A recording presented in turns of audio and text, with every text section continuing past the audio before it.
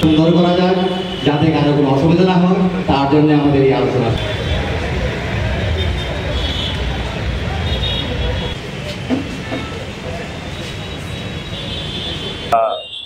Assistant commissioner সাহেব আছেন, মাননীয় কাউন্সিলর আছেন এখানে অভিজিৎ মণ্ডল মহোদয়, এবং অন্যান্য বিপ্লব কর আছেন, বিভিন্ন যে আমাদের মোটর শ্রমিক যে সংগঠন আছে সবাই রিপ্রেজেন্টেটিভ আছেন, লিডারশিপ আছেন, যারা এখানে শ্রমিক শ্রেণীরা আছেন।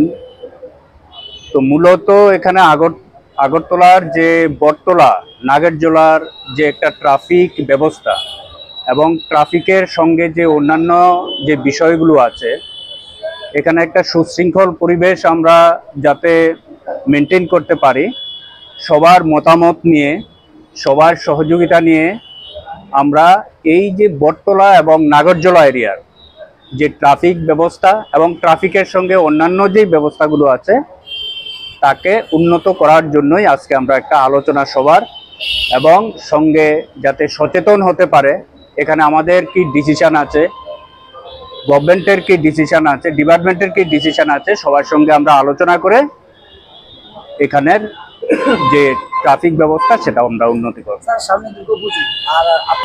আমরা প্রায়োরিটি ওয়াইজ আজকে বটতলা নাগেরজোলা নিয়ে আলোচনা করব, তারপরে নেক্সট আমরা জিবি এরিয়া নিয়ে করব, তারপরে আমরা রাধানগর স্ট্যান্ড বা লেকচৌমনি মার্কেট নিয়ে করব, মঠচৌমনি নিয়ে করব।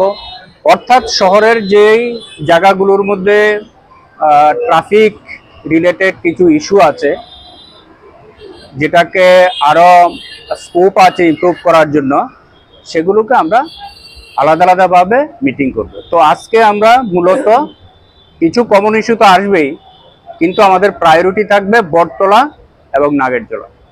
আপনারা এই ধরনের মিটিং করেছেন, কি চালকরা আপনাদেরকে সাহায্য করছে না? অবশ্যই করছে। আমরা আরও মিটিং করেছি, সিস্টেম ইমপ্রুভ হচ্ছে, আবার কিছু সমস্যা আসছে, তো সেগুলো চলতে থাকবে। এই সমস্যাগুলো পুজোর আগেই সমাধান হবে? পুজোর আগেই আমরা ট্রাফিক ব্যবস্থাকে ইমপ্রুভ করার জন্য